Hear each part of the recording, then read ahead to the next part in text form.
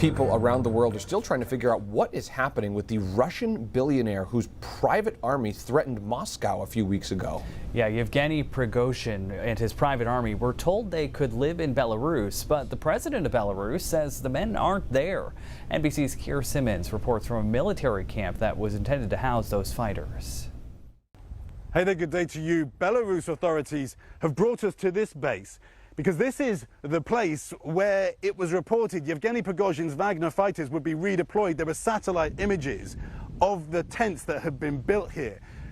As ever with Russia, things seem to have turned upside down again. Take a look through the fence there. You can see those makeshift military tents. We were shown around them.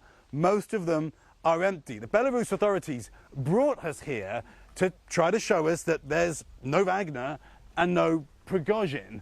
Why do they want to tell us that? Well, yesterday, President Lukashenko of Belarus said that now, having done that deal, that Prigozhin could come here to live in exile, that any of his Wagner fighters that wanted to could come here, that now, in fact, he is still in Russia.